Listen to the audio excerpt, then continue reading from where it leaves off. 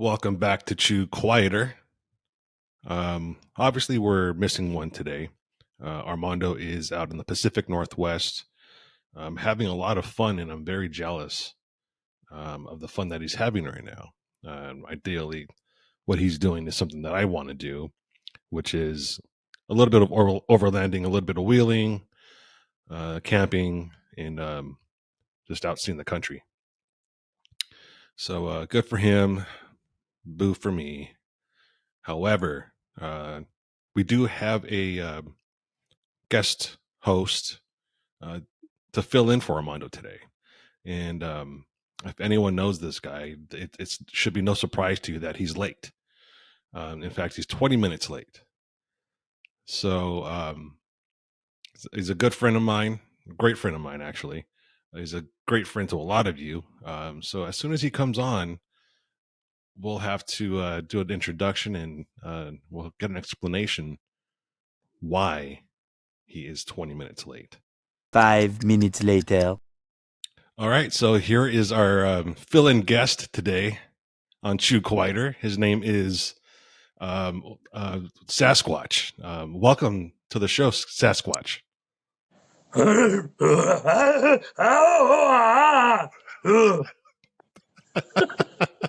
What's going on, man? It's been so long since I've seen your face. Man, it feels like it is. You don't realize how long it is until I'm looking at your face. And how do you look younger? That's what I want to know. I shaved. I shaved my beard. Man, could you imagine if I shaved? You would look like me. Fountain of youth. I think the last time I saw you, my beard was almost as long as yours. Yeah, yours is a little more spotty, though. You look like Confucius. A little more straight and stringy. Yeah. Man, no, it's good to see you. It has been, last time I actually think I've seen you was at our first ever race in Tennessee. No, I was at the second one. Oh, yeah. Last year. Yeah, that was a good run for sure. Yeah. I wish they were doing that again this year. I haven't heard anything. I'm assuming they would be. Why wouldn't they? Why wouldn't they run AOP again? I don't know. I think they switch it up every once in a while. They dumped quite a few tracks. We race in like 20 days, 18 days in Pottsville, Pennsylvania at famous Reading Off-Road. I think I'm saying that right. And it's kind of like a private park. And, they always make you nervous as a driver in that class. Like every race, the next race is going to be super technical and super crazy. So, I'm excited about going to see. They said this is supposed to be, it's going to test all my rock climbing abilities. Well, you definitely have those abilities. I've seen you wheel. I've seen you wheel many, many times, and many places. Many places, and you've done it many, many times without a winch. So, and the only time we really did throw that winch down is, which is it's a good thing for young wheelers and new people that are getting in the industry to think of. A lot of times we winched is not because we didn't succeed, but because we knew the sacrifice of braking in that particular situation. And I think that is, when you're a good off-roader, it doesn't necessarily mean the best tire placement or the best feel of the slipping and the rocks and everything, but just, having the ability to make those decisions and because we're all men with adrenaline, right? To have the ability to say, God, I want to do this so bad, but, I'm with a group of guys. There's a very good chance that breakage the percent is high. I'm going to slow my heart rate down and let's pull that winch. And that's a sign of a really good off-roader. Yeah. It takes a lot of wisdom and experience to get to that place, because a lot of the young guys that want to get out there right away want to prove that they should be there. And right away they'll go out and they'll spend thousands and thousands of dollars on tons and 40s, and they think, okay, I'm set. I got what I need. But what they don't have is the experience. They don't have any knowledge on how to put a tire on a rock. They don't know how to 2-foot. There's a lot of things that they don't know how to do, and they have this false sense of security with large tires and big axles. I've It's seen like many times. it's like you don't know how to do it the right way if you haven't done it the wrong way. So, Right. you know, it doesn't matter what you throw at it. You know, you throw that tire, and you know, someone like you or I are going to know what direction that tire is going to slip. And then when you just throw it in there half-assed and not really been in that scenario before, it don't matter how much money you throw at it. You have no idea. If you have no idea what way it's going to slip, you know, it gets pretty crazy for sure. Yeah. and I think how can I look at you cracking the beer already. And I think that's where a lot of people get mixed up in the wrong scenario with King of the Hammers. They want to be in that scenario, and they go out and they spend a lot of money, and they don't really expect what they're expecting. There's so many people that don't make it. You, for example, know with all the experience, you can be as prepared as all get out, but you're never prepared for the race. Yeah, I don't even. Yeah, I think Dave Cole was talking about 20% chance of maybe even finishing the best of the best. You know, it's like, and no matter what you say to somebody, the King of the Hammers. I was a little bit different just because I've been racing at a professional level You've ever got the since I was. pedigree. Yeah, since I was 18. You know, I flew to Nevada, got off the airport, and went to my first ever stock car race. And my dad said, "You're driving."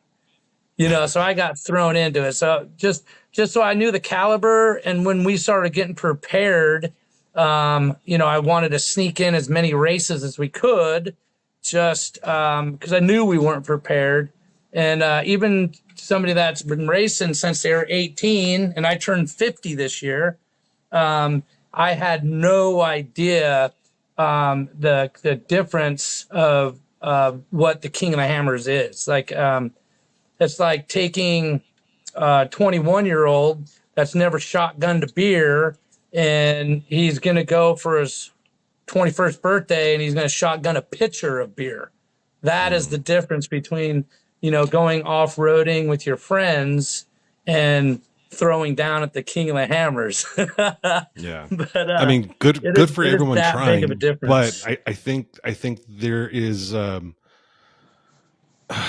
there's a responsibility for someone to say, don't do it. You're going to clog up the trails. You're going to, you're going to make life miserable for everyone that's actually part of the circuit. I think there's a responsibility that to them that they have to acknowledge that at some point. The everyman challenge is a little bit different, I think, but people that just automatically go out and buy a 4,400 car and say, you know, I have a pair of basketball shoes now, I'm going to go play with Michael Jordan. I don't think that's really exactly. That is a good comparison for sure. I don't think that's a good step up for anybody. Yeah, it's I don't think it's a good step up like even us, if like hindsight 2020, you know, John Grounds was such a great support system for us in starting and telling us all the mistakes he made and how to avoid those mistakes. And, you know, Jeremy Pierick, you know, I call him coach for a reason. And, but when we got there, we were with the 4,600 cars. And it's just a different animal, and there's so much going on. Everybody, it's almost like Lord of the Flies, or everybody's on it for themselves. I mean, you're throwing in a dogfight, and we were going and trying to do what we got. And like, it's you know, some of the guys like that rookie program they just started with. When you go, you get teamed up with a seasoned racer. This will be our third year And I would say we're not even able to bring on somebody new and would be helpful for them. I mean, you need somebody that, if you have the money to go the hammers for the first time, you really need to find that seasoned racer that's raced it 10 years in a row, 15 years in a row, and get under that wing and, shut your mouth, open your ears, because the learning curve is, like you said, throwing by some basketball shoes and jumping on a court with Michael Jordan. You're going to think you're in a boxing match instead of a basketball game when he gets done with you. Right. And that's what it is. You get thrown in. And when they throw that flag, man, it's like getting hit with like a firework. It's just a blast of, energy with the excitement. Shit, I think the first time I raced, I don't even think I made a half a mile and I already peed my pants 3 times. Was that just to keep warm though? Yeah, it was pretty cold when we started it, but you get hit with so many emotions. It's just overload. And if you're not able to handle that situation, that first hour of the hammers will make it to where you'll never go back again. It's emotional overload. And then, the first time you make it to one of the remote pits, or you actually go to a pits, and that's not so true just the hammers. That's any Ultra 4 race. Once you get back to the pits, that is like you think you just made it through the trenches of a world war, and now you're back to reality. I mean, it is nuts. It's just everything comes at you so fast. I mean, obviously, I haven't run a hammers race or anything, but I think the only thing I can compare it to was our time in South Dakota. Oh God, was it T-back that we were on? That it just went forever. There was like 30 obstacles. Was it T-back or? No, T-back. You're right. I think it was 64 obstacles. Yeah. What? It's not T-back though. It was. Oh my God, I'm drawing a blank. Yeah, T-back. It was behind Mount Rushmore. Yeah. That was T-back. But it wasn't T-back. There was another one next to T-back. T-back was the one we didn't run. Bikini. No. I thought we did T-back and the other one was Bikini. I can't remember now. Because that's what... I got to stop telling stories. But no, I think it was... Are you right? It was T-back and Bikini. I don't remember. But anyway, on that trail, stripper names. But on that trail, I remember Josh Huntley saying, "Yeah, there's 30 obstacles on this trail," and we got to obstacle 30. I was like, "Okay, I'm tired. I've got this camera. I hiked the entire trail, and we finished obstacle 30, and it kept going. And I was like, no, yeah, I want this to be 64. done. And I think everyone wanted that trail to be done halfway through it. Yeah, so imagine that, the way we felt that, but instead of, us getting out of the car and look at the obstacles and, figuring out the best run, looking for the best camera views, you're in there, we're sitting next to each other. You have a computer screen that gives you a rough description on how to do that climb. And because a lot of stuff, it's like you feel like you see it for the first time because, every day that desert changes, so it's like starting that T-back. And I'm pretty sure it's T-back. That's what I'm going to call it anyway. So we have to look back. But it's like starting that and you're actually racing. Like you're like that is the object of that situation. And the difficulty of the trails on Ultra 4 are a lot like that. I mean, you look at them and you're like, how is this even possible? And you look at your co-driver and you're like, dude, are we on the right trail? There's no effing way we're supposed to do this. But yeah, good point. And then, we're running for 8 hours. Yeah, it's a long time. Yeah, it's definitely we got to go back to that. We always said we were going to. You know what? Yeah, we do. That was Rob Ryan. I still talk to that dude a lot. Like I like old Rob a lot. He's going to South Dakota this next week yeah. or September weekend or something. Yeah, with Alex Benai. And I don't know who else is going, but I think a few more people are going. Well, if Alex is gone, it must be a BFG thing. Maybe. How did Rob get invited? That's not a BF. Oh, he has BFGs. He has Reds, I think, on one of his buggies. He might Yeah. still have them, unless I don't know. That guy sells tires like every other week when he's like bored with them or something. Yeah, we got to get everybody Pillow out with there at arms the and Hammers because we're like second year, and then this third year is exciting. My girlfriend Michelle, she's going to be out there for the whole time, and it's my 50th birthday, and it would be our third King of the Hammer. So hopefully, now that we've got everything under control, we can actually enjoy some of the events at the King of the Hammers. I still haven't seen the dirt bikes. Have you ever seen that where they race? Yeah. They race mini pit bikes around. I haven't even seen that yet. Or the backdoor challenge. Right. Or it's so fun. Say backdoor challenge. That's Isn't it always a challenge to go in the back door? Wrong climb hole. up the back door. That's not it. Feels like a dolphin.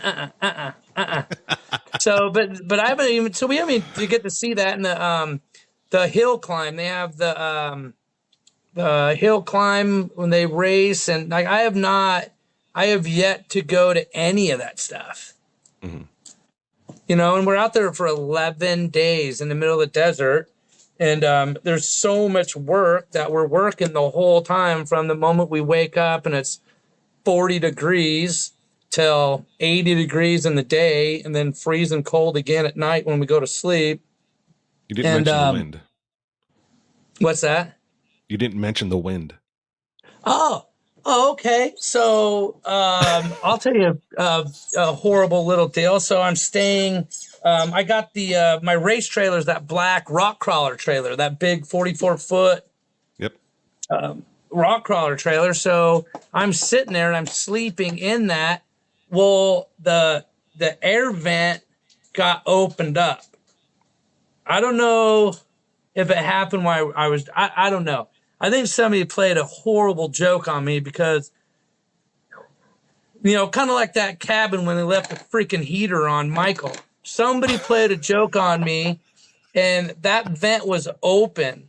So when that dust storm happened, it flooded my entire trailer with dirt, and it was in my clothes, in my blankets, and it is no joke. Like when you go to live in the desert for 11 days. You better pack like you're going to live in the desert. That's another thing. And then you're racing and trying to pre-run and live, in the desert. We should race camels. It's that bad.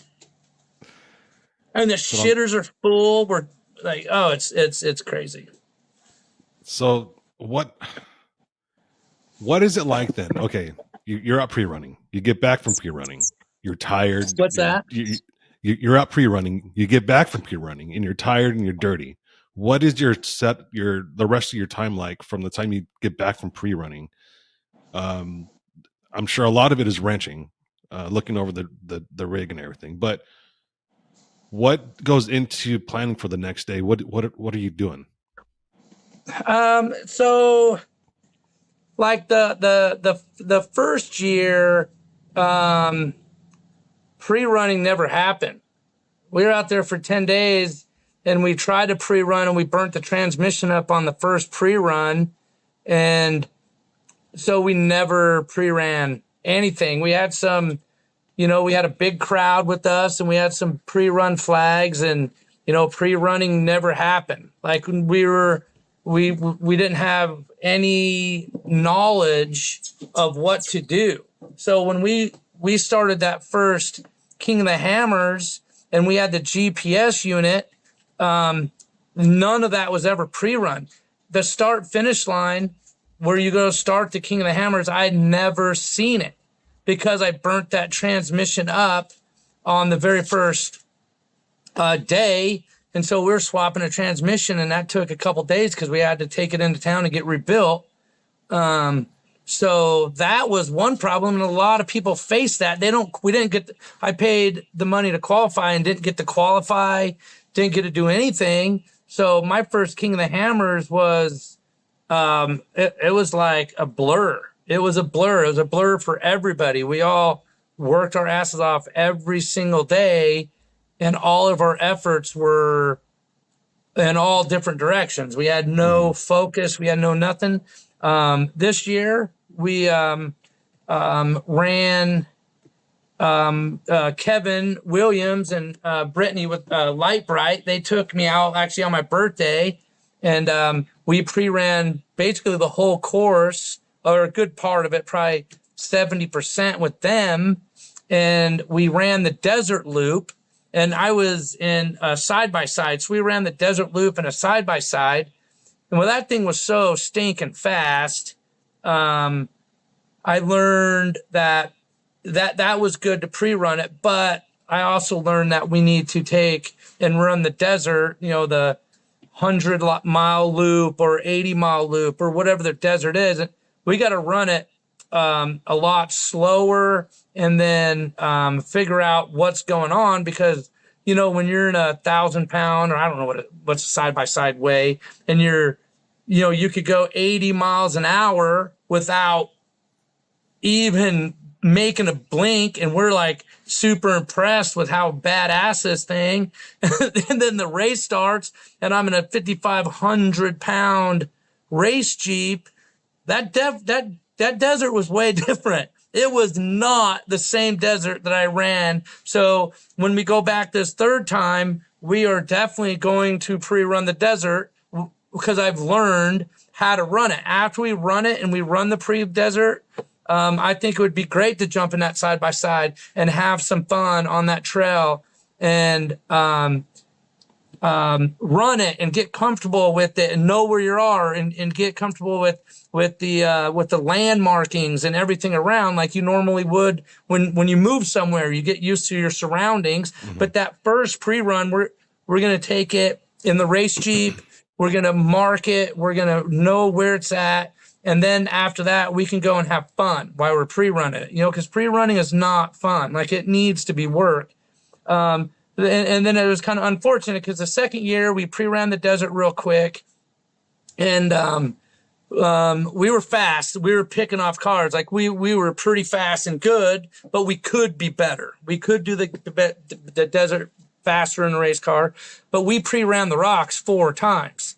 Me and we used my co-driver Eric's. He had his Jeep out there, and we ran those rocks 4 times, and we got ourselves in trouble. We got ourselves out of trouble. We found fast lines. We made a day of it, and it was a lot of fun. And then we went again, and then we just started familiarizing ourselves with it. So this year we really didn't get to showcase how hard we really worked, because the vehicle didn't make it, and all that effort, all that work. But so the first pre-run, like, let's say you're going to go pre-run the desert, that first pre-run needs to be almost intense work. It's time to go to work. And then, you get back, and the co-drivers, they go off. I know Eric really enjoyed Sergio. Hey, congrats, Sergio. Won over there in, what was it, Jay, Oklahoma? Good nice job. That was awesome. And it's his birthday yesterday or something. Oh, happy birthday, Sergio. Get some ice cream. So Sergio and Jake Glazer was with JP. And so they would go off, and they would totally geek out on the computers and, have their little, little snacks with all their computers, and they would play around. And then Matt and I were just concerned with the car. And then, we had HP tuner, dyno it. And then, shock tuning. We try to go out and turn those shocks. And now we're all on the triple bypass Bilsteins with the coilovers. So that was a game changer. And then we started running the rocks, and we after you pre-run the rocks, you get back, and one, you're sitting there, and it might be not spoken, but you and the co-driver you look at each other with, you don't have to say anything, but you're both saying, "Oh fuck," with your eyes, because you know what's ahead of you, and you want it's part of your job to be, part of the team that doesn't let, any of the crew guys, let any of the, sponsors or anybody. You got 3 remote pits, so you have a lot of guys out there. You don't want to show any weakness or nothing. So after the rocks, you bring back a beat up race car every time, and then you and your guy that you bond pretty good. You're looking at each other and you're thinking, what the what the shit, we got a race in this. This is absolutely ridiculous. I mean, the King of the Hammer is just, it's like Carnage Canyon, and there's 4 of them that you have to do. Mm-hmm. It is that gnarly. So your initial plan when we first talked about you racing again was you were going to drive your Jeep to the Hammers, race, and then drive your Jeep back home. How foolish does that feel now? You know what? If somebody, I'm not dead yet, but I'm not prepared to make that happen yet. What do you think it would take? Well, one, it will, it would absolutely take, preparation, like no other. Like, obviously, if you have a car, if you have any car, oh God, that's a shitty statement too. So I was going to say you take any car, and if it finishes the King of the Hammers, it very well should drive there and drive back. That's a piece of cake.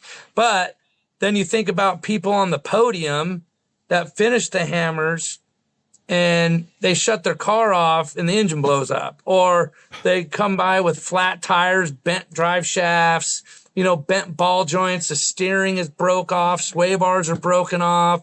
So, I couldn't, like the drive there would be the easiest. That's about the only thing. You could drive there, start the race, but it would take a lot of balls to get in that car and try to drive on the interstate, because, man, you never know what might happen. The whole engine might fall out of the thing. It is absolutely eye-opening of what it really takes. And we're just scratching the surface. Yeah. Just from, gears in the transfer case, or just knowing like, what do you think? Because I don't even know this question. And I've been, this our second years coming up on the 3rd King of the Hammers. And, you're starting in the desert, right?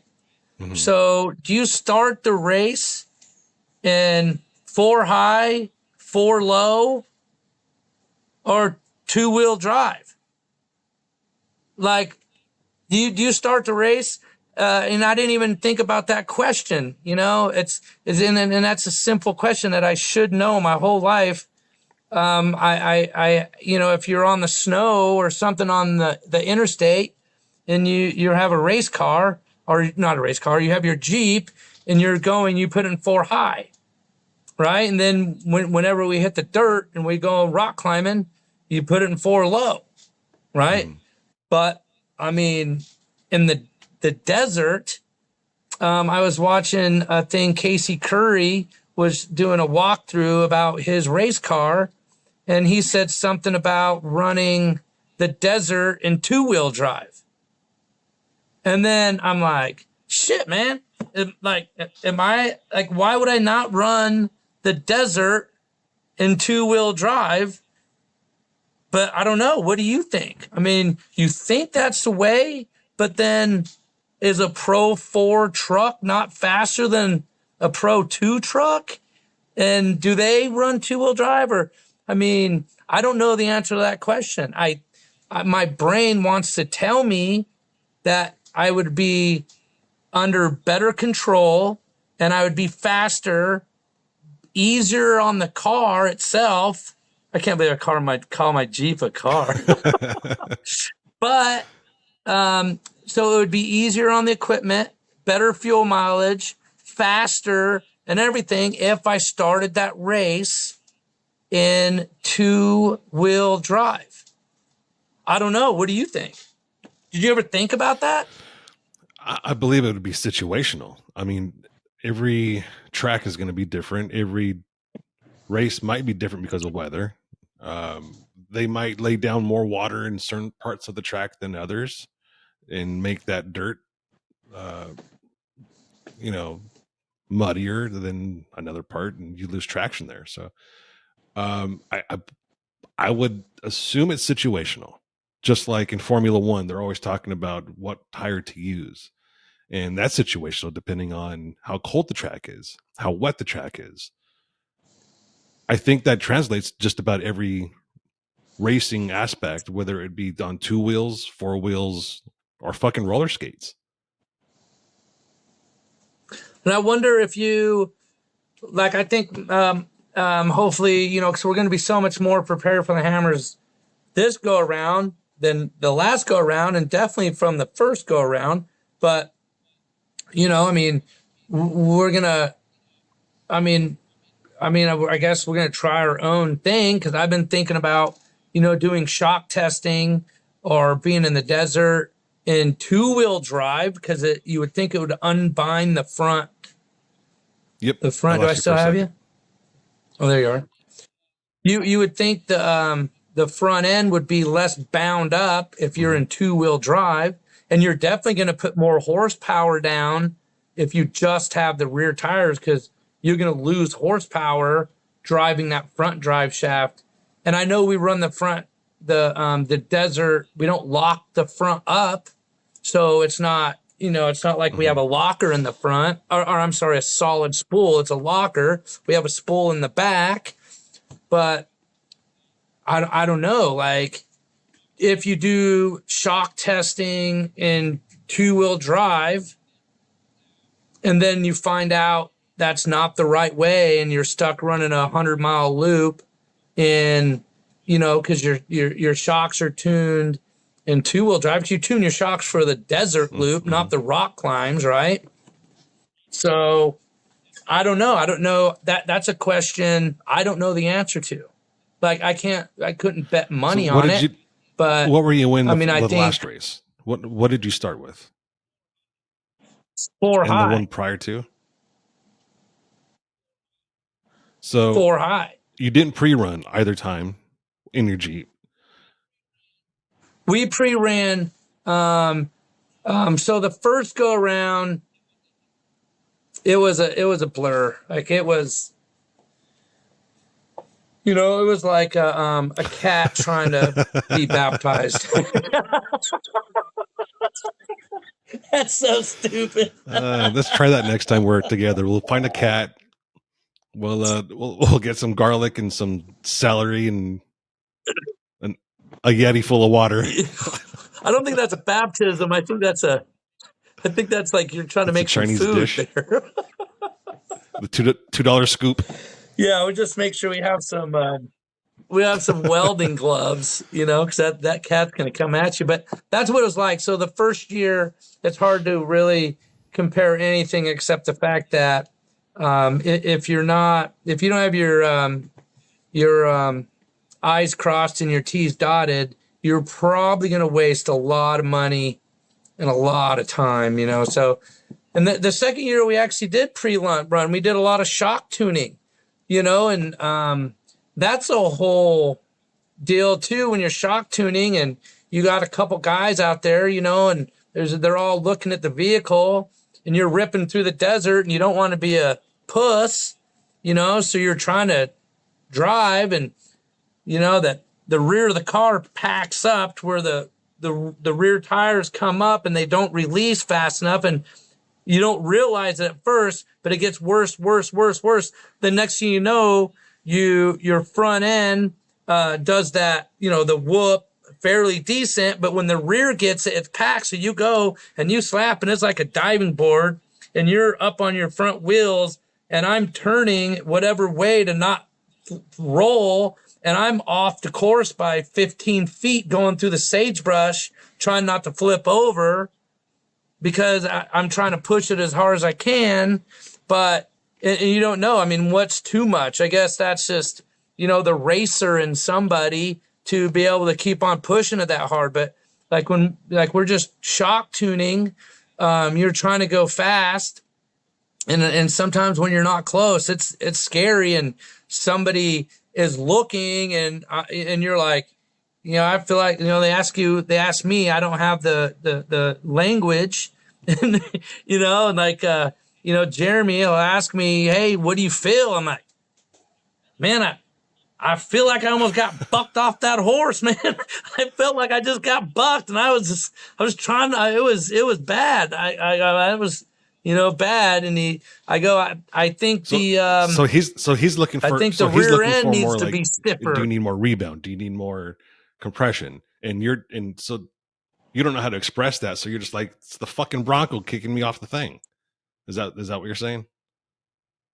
Yeah. Yeah. And Jeremy knows I don't have the language yet, but he is so far ahead of me on a lot of things that we do. And we have a good relationship like that. Like, he asks my opinion about some stuff because our brains are like, if he's right, I'm left. Our brains think that, different. So he's one step ahead of me whenever we do it. And he allows me to answer the questions, and then he will, kind of not in a way that is going to hurt my feelings, but JP is going to hurt your fucking feelings if you ain't a man. You know what I'm saying? So you better tighten your belts. And I'll talk to him. I'm trying to. I don't say a bucking horse. I try to because I'm a mechanic. I'm very mechanical. I know how it works. So I'm trying to explain to him what's it's doing, and he doesn't actually laugh at me, but he goes, all right. Do you want me to tell you what's really happening? and then he starts talking to me, and then I'm like, and at first the man in me, I want to argue, but I don't want to argue. I want to learn. So I'll say something, and he goes, it feels like that because of this. And then him and Matt, the crew chief, you met Matt. He's been here since the start. He's like a sponge. He just absorbs knowledge. And so him and Matt get under the car, and they start opening up the compressions, rebounds. I don't know what they're doing because I'm not there doing it. They're doing it, but I'm learning what happens, and I know what they're doing. So I'm learning, and then next thing I know, let's say we're hitting 3-foot whoops at 50, 55 miles an hour. 1 whoop, 2 whoop, 3, 4. We're flying over the bars, feeling like you're gonna die. And it is like that. You feel like you're gonna freaking die. You bring it, they dial it in. The I call them blocker rings, but the transition rings, those play a lot into how the coilovers work, and how it packs up and stuff. And then, we're going, and now we're 60, 62, 63 miles an hour. It's bang, bang, bang. And now we're 4 or 5 whoops deep, and now it packs out and throws us up again. And so you're learning what the Jeep can take, and then you want to find a comfortable zone. And we'll be in the desert even during the race, and we get it the best we can. So we're hitting the whoops at a comfortable 60, 65 miles an hour, but you're hitting 3-foot whoops. It's no joke. And those Bilsteins are just eating it up. It is amazing ripping through the desert and those things. And then when we're driving in the desert, this is the first time we're rookies. It's our second, going to be our third year, so we're not technical running for a rookie prize, but we're still rookies of the sport. And the co-driver and I are ripping through the hammers, and Eric is like, is everything okay? Because he feels the difference, and it's like, man, our speed's okay, but I can start to feel the things packing up because of all the shock testing we did. And then we just start talking, we're like everything feels fine. We didn't hit nothing big. He's like, well, let's just back it down for a little bit. So we go from, 62, we back it down to 52 or 55. And, or we get a smoother set of ground, and we can actually feel the suspension come back to us. And then, you see you're catching up to somebody's dust. You don't know who it is, and I'm like, fuck it, it feels good. He goes, hammer down, and we start hitting it again. And sure enough, the suspension comes back. You can actually feel it come back. So that was something new that we experienced this year in the desert, that I'm excited to bring that experience and knowledge a little bit further. So there's an expression that I've heard from different racers that I've known. When I was a kid, there was a guy that lived down the street from me that, what's that dirt track that slides around? I don't know what you call it. Tony Stewart retired from NASCAR to go race that shit. There you go, sprint cars. Like sprint cars? So the expression that I've heard was you're driving with your ass. You drive with your ass. I don't know if you've heard that before. I don't know if you've felt that way yourself. But with your disability, how does that affect you? I don't feel my ass. Gabe. I'm hurt, man. You cut me. Cut me deep, but I can't feel my ass. No. So actually, I can feel that transition in the car, but no, like I don't feel my ass. But it's crazy that you're saying that, because Eric tells me all the time. He's like, dude, I'm starting to feel it pretty crazy in my ass. He goes, my ass is starting to get freaking rattled over here. But I feel the car is stable. So it's actually a pretty good compromise that I didn't even think or recall that Eric talks about that all the time until you brought it up. But Eric, that's something he says a lot.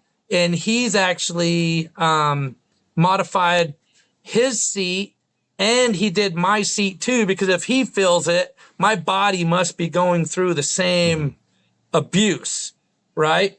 So he modified both the seats because it's all about that compromise. I don't feel it. I don't feel it. I mean, I could probably get spanked by a gorilla. I don't know. I was thinking of something that had a big, strong arm or something. Like that was weird. I don't think you'd want to get spanked by a gorilla. Let's say a dominatrix. That'll probably be better. And with a big boat paddle.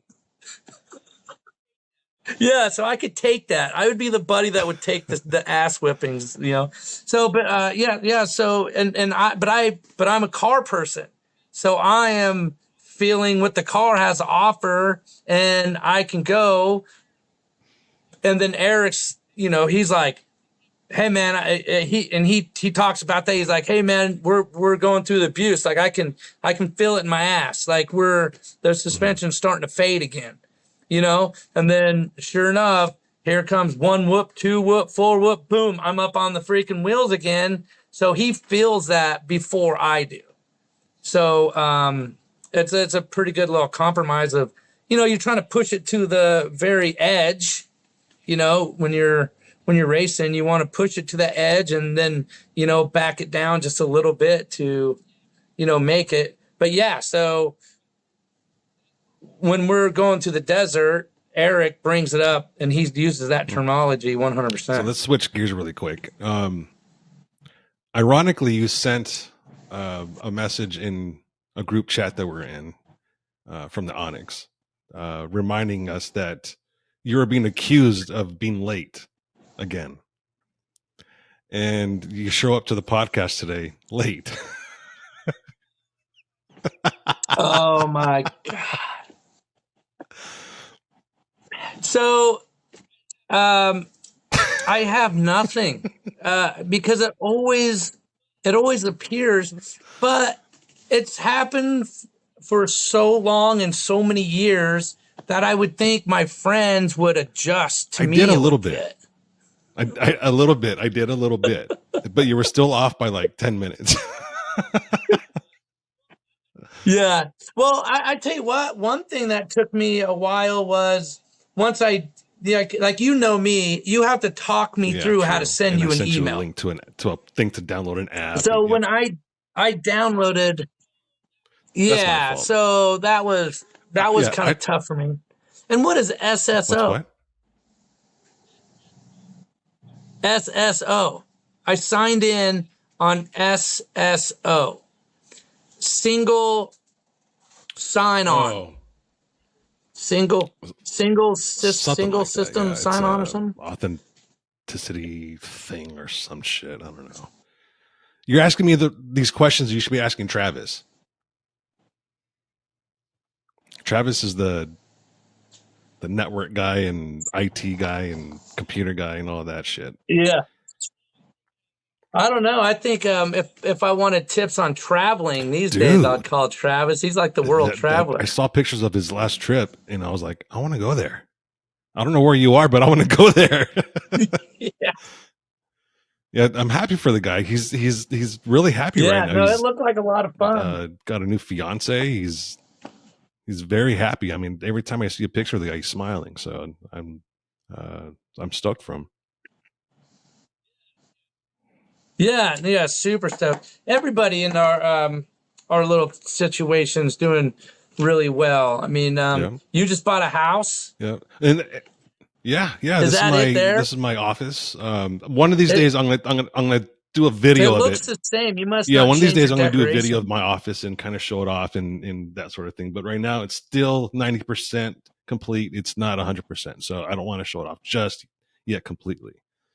But yeah, I bought a house. That's one reason why I really haven't been on social media for a while. Is I've been focusing on myself for the longest time. I hadn't, and I was focused on creating videos for Crawl 5280 and other companies like Rockcrawler and you name it. So I wasn't really. Yeah, Kingdom Crawl is actually pretty doing good. Like. We play it here at the shop a lot, and the views are really starting to get good. And when you watch that series, you did such an amazing job on that. I think the longer time goes on, I think it's going to really come out on how well put together those 3 seasons really work. I'm not done. I'm not done. Don't pretend like it's dead or anything. I want to bring it back. Like I said, I'm not pretending. I needed to buy a house. I needed a house. I wanted to buy a house. So I focused a lot of my time on other projects that created an income for me, because Kingdom Crawl did not create an income for me. It was just solely trying to get the content out, to show work, to give entertainment. That was the one thing that I wanted to do the most. I wasn't worried about the money. I wanted to have something out there that was entertaining to people, that I felt that was lacking in the off-road content world for YouTube, for anything really, was something that was storylined, something that had a timeline, something that wasn't focus driven on one particular person, something that was going to show different areas of the country, and something that was going to have, a little bit of history on where we're at. Because I mean, why else would we be going to these places if they weren't historical, or if they weren't monumentous for some reason? So I felt like that was needed, and I wanted to bring it out there. And I told my guys, Adam and Ryan, if it doesn't work, it doesn't work, and if it works, great. I think a lot of people understood the concept. A lot of people, more people didn't understand the concept because they just were like, stop talking in the videos and just show wheeling. And it's like, dude, have some fucking culture in your life, right? Yeah. But yeah, I mean, it's not dead though. I want to bring it back, and I'm going to. I actually have plans right now Yeah, it to was bring great. Kingdom Crawl back. It's going to take some money, and so I'm kind of trying to formulate that aspect of it because let's face facts. A lot of the stuff that we were doing for Kingdom Crawl the first 3 seasons, a lot of the income we were getting from sponsors was to pay for traveling, to pay for cameras, to pay for other equipment. It was the side projects that helped us do other stuff revenue wise, but And a lot of time the time and effort you put in that it. I had to Yeah, it was sacrifice amazing. a lot. Hey, my co-driver just Sure. walked in. You want to say hi? He's camera shy, so Introduce wear him. his ass out. How we doing? Hey, everybody, this is Eric Spin, co-driver number 4500. He didn't bring me a He's chair. very inconsiderate that way. He only thinks of himself. Yeah. You met Gabe? You met Gabe at the last Tennessee? Oh, So yeah. tell everyone, what's it like to have this guy driving you around in the dirt, yapping your ear off on some stupid shit. I think for the most part, everyone So knows his personality. But what's it like behind the dashboard there? I get a couple questions about that. The first one being why I sit in a car with somebody who can't feel his feet, and let him drive me around those tracks. And then the other kind of funny fact about both of us is we're both colorblind. So seeing those trail markers sometimes isn't the easiest thing in the world. Well, especially with the dust and everything else. Yeah, so we're kind of a ragtag bunch in that car. That's crazy. What's the other questions that you get most about him? The whole colorblind thing is crazy because they mark everything with red. Well, red in the forest, it all looks brown. The stock bypasses we can see all right, but the course that we're supposed to be on sometimes is a little difficult. Someone would bring that up. I mean, like Diezel, since he's the one driving, like, hey, can you guys change this shit? I think we did in Oklahoma with JT. Yeah. And he laughed at us. He's like, no way. He's like, well, it's going to take a little bit because we have a lot of red banners. Can you mark your own? I'm wondering. On the computer. Yeah. We do a pretty good job of marking that out. I think my goal every race is to lower the number of times he cusses at me.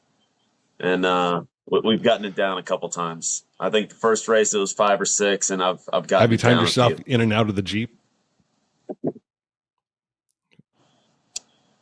No, but I can get out pretty quick. We haven't had, and we probably need to do a little bit of an emergency drill. Both of us getting out quick, but I can get out pretty quick. I don't know about getting him out so quick. Getting back in is where the practice needs to be. Like, could get everything buckled up is a bitch because the Hans devices and the safe, like, you really need 2 people to get buckled up. And then you get all buckled up, we're ready to go, and I look over and my my door's open and I can't reach my door. So here I am all buckled up and I go to lean forward and then my radio connection pulls my head and it's just like I didn't shut the door. That's the big one. Plugging the radio back in. I always forget to do that when I get back in the car. And so I'm talking or he's talking to me and we can't hear each other because we don't have the radios going. And then he reaches over and usually plugs me in and welcomes me back. What's it like to the talking car. with comms? Because you're wearing a full fire suit, right? And then you got the hood. Is that right too? So talking through like a mask basically is always difficult. What's it like with the comms? Is it hard to distinguish words sometimes? It's just Really? like we're It's that clear? talking now. Like it is that clear. The only thing we can really hear is we got the air pumper, which you feel like you're gonna die until you hook up that air pumper, and then is like makes the whole world better. It's amazing how that little air, that's not even cold air, it's just breeze that goes into your helmet that just makes it calm. But talking, once we get all the volume set, it's just like we're talking now. Like we're talking freely. We don't have to hit buttons or anything. It's just like this. And then he talks to the crew because I don't like to talk. So he talks to all the crew and then transfers back. So he has to hit a button to talk to the crew. But it's pretty. It is just like this, Gabe. It is easier to hear each other in our helmets than it is in the shop with the radio. And I only ask because I watch a lot of F1, and their comms, sometimes it's difficult to understand what the driver's saying. So I was just kind of curious. Because they're all foreign. They're speaking French. They're speaking Spanish. That's why, man.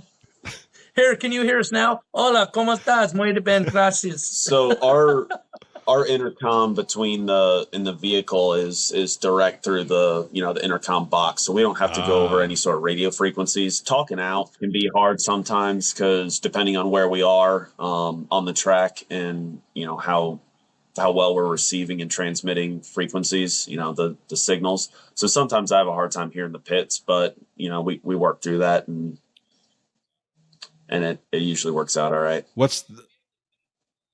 Yeah, we have the best comms. We have the best comms that you can get, and we don't like maybe 5 miles. Yeah, depending on what we've got. If we've got a mountain in the way, you're obviously not going to get anything. But if we've got line of sight, we can usually grab the pits depending on where we're at. They have repeaters in some races, right? It's expensive. We don't get to get on their repeaters. Yeah. Like we don't have repeaters, so it's really tough for us because we got a lot of money invested in the communications, and the pits, until we get close, they have no idea. So what the pits are watching is the same thing you're watching at home, and a lot of times our pit, they'll get phone calls from their family members that will tell them what happens. Like when Chris was driving with me and we were in Oklahoma, Eric got a call from his father. Yeah. And said, hey, they're coming in with, it looks like 2 flat tires. And so they knew we had flat tires before we even had the ability to radio. That's pretty cool. Town. It's almost like it doesn't equate exactly the same, but if you've ever watched golf, the PGA sometimes will have a ruling because of a viewer will call the PGA or email the PGA and say, hey, this golfer moved his ball when he shouldn't have. So it's not the exact correlation, but he did what to his? No, like you've never heard that before. Sometimes a golfer will pick up. He moved his ball. Like it's a stroke penalty. So if someone is watching and that golfer happens to be a rival, or maybe they have money on another golfer or something like that, they'll call the PGA and say this. You got to look at this time on this hole, this shot. He picked up the ball when he shouldn't have, and they'll review it and they'll penalize him. You didn't know that? Shit. I didn't think golfers. No, well, I mean, a lot of the times it's not on purpose. Adam Kaiser, golfers aren't supposed to cheat. Adam Kaiser. There's nothing wrong with a foot wedge here and there. The foot wedge is the best wedge. Oh yeah. I don't care who you are. You need it at some point in your I can't life. feel that one Keep it either. in your bag. That's great. That's so fun. So what's the future of um the Kingdom Crawl? Do you have anything in mind? Are you doing Crawl Stars up in No, I'm no Pennsylvania longer or associated with Crawl Rouse Stars. Creek? The last time we tried to do something, we had a contract in place, and they reneged on the contract, so we pulled out of the event, and uh, yeah, that was the end of that for us. It was a matter of money, That happens. and we weren't getting paid. Um, we gave ample time for that payment, and more than ample time for that payment, and it just never came. So instead of going to the event, wasting our time filming, editing, and all of that for nothing, we decided let's cut our loss now and not be associated with it anymore. Yeah, because it could have got really bad because that's a lot. The editing and I mean, I always told you that I can't even imagine the massive amount of time that you have doing. You can't work your phone. I can't work my phone. Like I can draw because my phone has a pen in it. I pull it out and I Yeah. can like make a circle. You're like making these full length videos that are just crazy. So It I does can't take a even lot of imagine. time. What actually takes the most time is the graphics. I try to, um, make it look like there's actual production value in these videos. So, it takes time to create these graphics. They're one-off graphics. That probably takes an abundance of the time because, I mean, I got lower third tags for everyone that's on there. You have had your own little name tag below your face and everything. So to do that for everyone, including transitions, including the opening credits, the closing credits, and all of that stuff, it does take time. Yeah, the closing credit, I think it was when season 2 or whatever, and you talked about friends and the afterlife. You like to consider the after Mhm. party. That needs to freaking that was the best. I still get teary eyed when I Thanks, watch man. that today. I like writing. It's a release for me, I guess you can say, an outlet. I don't do it often, but when I do it, I enjoy it. And writing for the show uh, was a great outlet for me. It took a lot of what I've always wanted to say but didn't know how to say it, and I put it to almost a soundtrack. I guess it's really hard for me to explain, but I needed It's got a flow. I needed Soundtrack, I see something to that. put those words to, and that's what the video helped me do.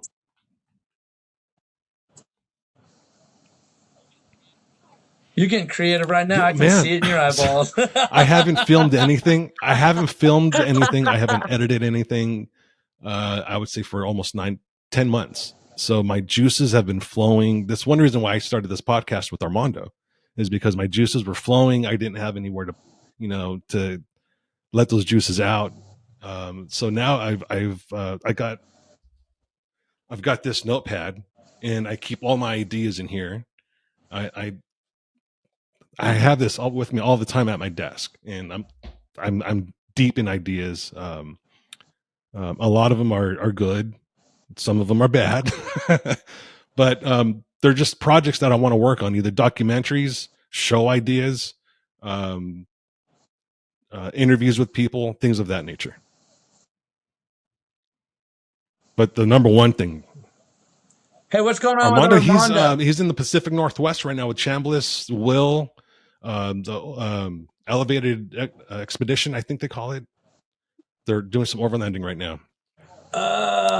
Yeah, They can do all the cool that's shit, why I'm so don't they? jealous. I wanted to film that so fucking bad, but they have a good crew right now, and I'm happy for them that everything's working out for their project. So hopefully next time I can get in on it I would love to go out with Chambliss and them guys again and have fun. It's a great group. Well, we're coming to your town or close to you here in a little bit, Pigeon Forge, but at the end of I'm not going to be able August. to make that. Oh, because it's a Jeep show. Yeah. And we got some races. We got Pennsylvania coming up in, like I say, 14 days. I don't know, it's not that long of a drive for you. You leave Friday after work. You can get there for the race Saturday morning. Pennsylvania? Pottsville, Pennsylvania. Pottsville, Pennsylvania. And we're jonesing, man. We haven't raced since the Hammers because we made a vow that we're not going to go again until that the car is ready to go. You know, we keep kind of learning, and we know that we had some stuff that we had to get off-road proof. You know, it's like hot rods on the road, that's one thing. Racing is a completely different. You need racing ignition, you need racing fuel delivery, you need racing bolts, nuts, everything for off-road purposes. And if you don't have it, you're not going to make it. It is nuts. I have never experienced that in racing. When I started a race, I was thinking about how to win. In this off-road, we start the race and it's time to go to work to finish. Let's just try to finish this race. Actual racing, when we're racing with somebody, believe me, we both get tickled pink. We're like, oh God, look, we got him, go. But majority of the time is just trying to keep each other cool, keep each other focused, and it's different than what's your anything, inventory like on extra parts for a single race? You mean in the pits or actually strapped to the car? Both. What's in the pit and what's in the vehicle? So the pit, we got all suspension. We have like a couple, 3 or 4 alternators. We have, resistors, alternator regulators, fan belts, drive shafts. How many drive shafts? Relays, fuses. So the cool thing that I worked with Adams, which, a lot of people ask me why I'm in North Carolina and I ship drive shafts all the way from California for all my customers. It's just because they're the best and they're awesome. And Adams Drive Shaft worked with me on our transfer case yokes and the yokes on the axles, and we actually got it so our front drive shaft is identical to the rear drive shaft. So we have one spare drive shaft, and it will go in the front or the rear. So we don't have rear and front. Yeah. So we thought that was pretty epic. Tires, full set of tires, full set of wheels. Those tires can be brand new at the beginning of the race, and they're absolutely torn up at the end of them. It's nuts. They take so much. What do you have to say about Nittos? Especially at different surfaces. What do you have to say about those Nittos? What's that? To Rob. So I'm a fan of the Nittos just because they hold their ground. I'm not going to say any other tire manufacturers, but a lot of tire manufacturers have really good forward bite. Like maybe even better than Nitto or however you want to say it.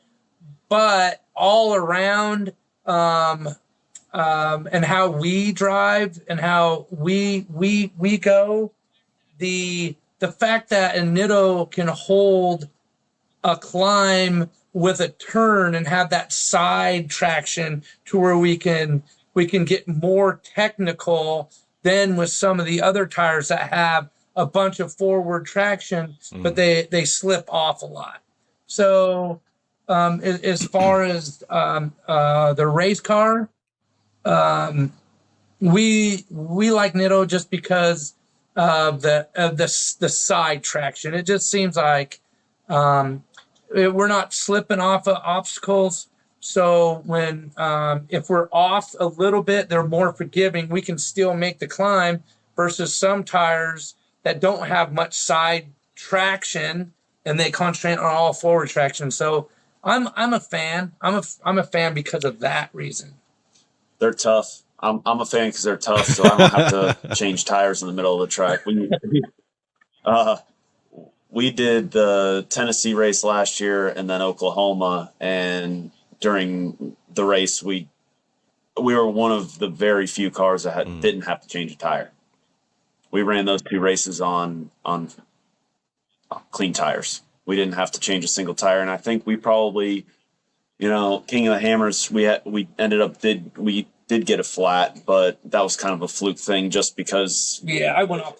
Yeah, we hit something funny. If we were, at race pace, it wouldn't have been an issue. Those tires are just so tough. What is your preferred tool for the vehicle when you're out on the track? I shouldn't say tool, manufacturer of an impact. I know that's a huge debate. Everyone's going Milwaukee right now. Yeah. There's a lot of guys that are still rocking the DeWalt's like I am. What's yours? Yeah. I honestly don't know what we have in the bag. It might be a DeWalt. No, you know what? It might be a Milwaukee. We've got Milwaukee, we've got Snap-on, we've got DeWalt on the tool cart. So we've got a bunch of different ones. I think we probably put the Milwaukee in the bag on the race day, but I've only had to use it once, so I genuinely don't recall what we actually have. What's the worst fear of a break you can imagine on a trail during a race? I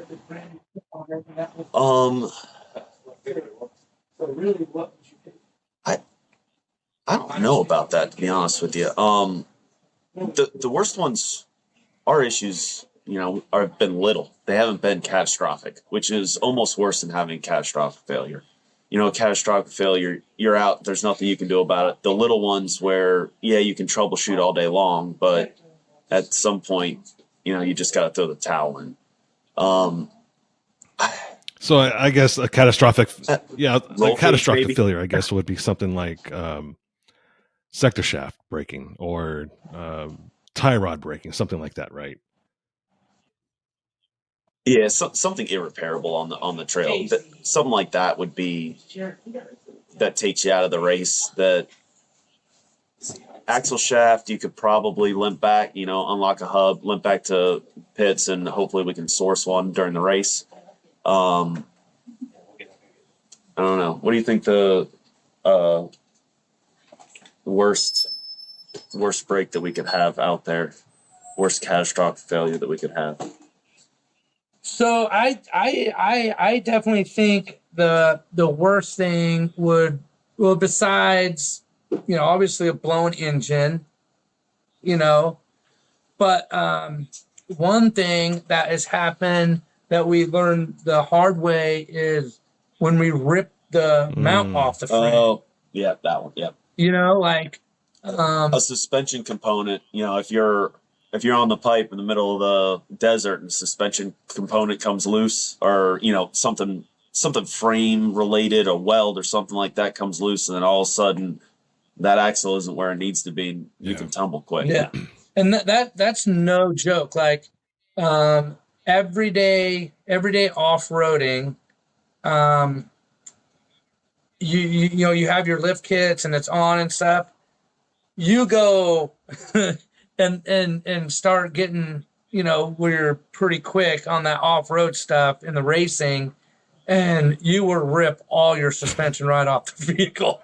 I mean, it is that much abuse. Like for instance, when we start the race, when we would go off-roading, we would lower the air pressure to 8, right? You have a bead lock, so you can lower it to 8 pounds. You don't have a bead lock, you're going to lower it to 15.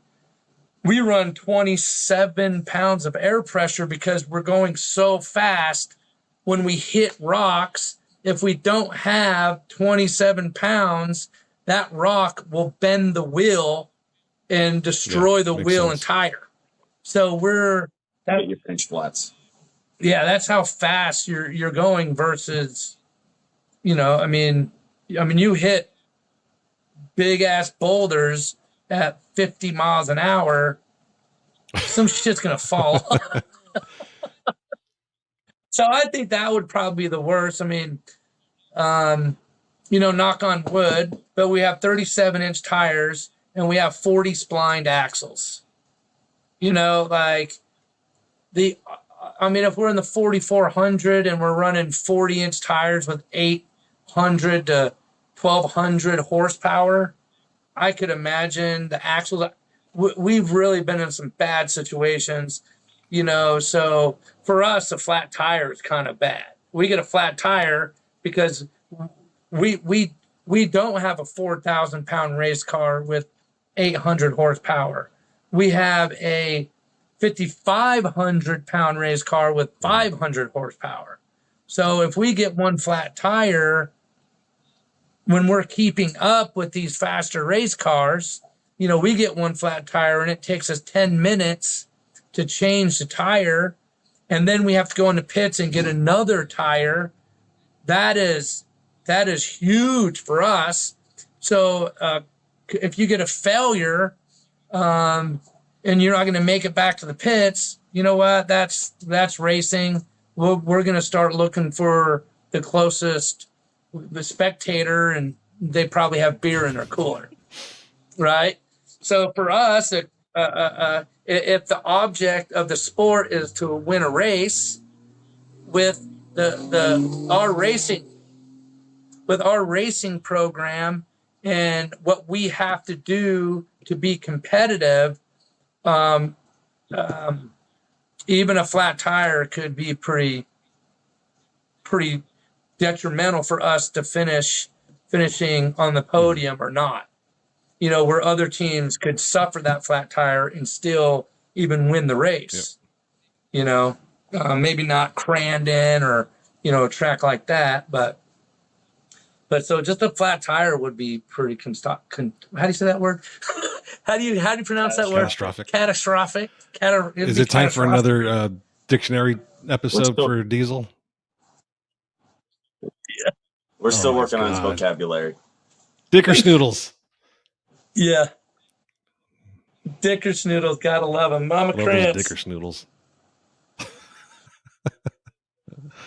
Yes, all right, sir. Yes, sir.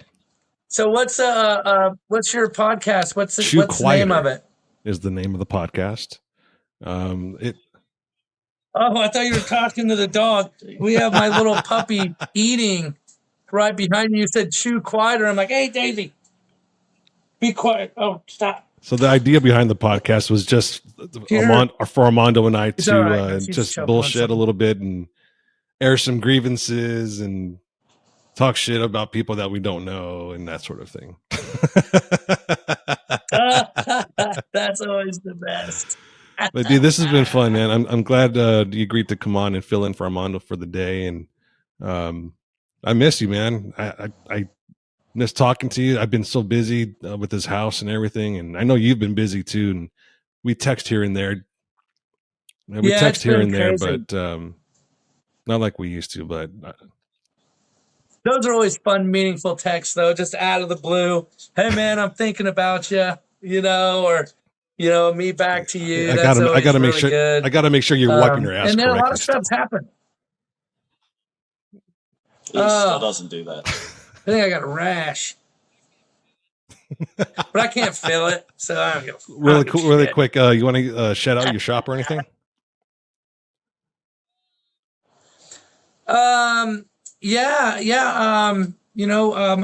Actually, what I would love to say is, Travis, with his life and stuff, he is really doing amazing things, and he and Jeremy slowed down with him doing the shows and stuff. So it's really exciting. I just took over the Nice. Rock Crawler show rep situation. So we're really excited to take the race car out and show a lot of people around the country the race car. And we get to talk about Rock Crawler suspension and just a showcase on how much quality stacked off road is. And the stuff that Team Stacked Off Road's doing. And me, I'm kind of a showsman, so I hope to just throw a little showmanship in there and make Rock Crawler's boosts a little more fun and active. And stay tuned. You never know what I might think about. So that's a shot I definitely want to throw out as if you are going to those Jeep shows, come by and say hi, and you never know what fun I might have up my sleeve. Dangerous. That sounds like there's a competition waiting to happen or something. We love competitions. I might put a stripper pole for up there. you or for someone else. Oh yeah, I would definitely love to hurt myself on that one. I don't think many people know that you used to be a stripper, a male stripper. Dude ski. Man. All right, brother. Hey, man. Anytime you and Armando want us on, or just give me a call, and I can throw out some stupid opinions other than this racing adventure I'm on. So look forward to seeing you guys soon, and talking again. Thanks for coming. All right, you guys be safe. Absolutely. Be nice to each other and don't fight. See it. See you, Gabe.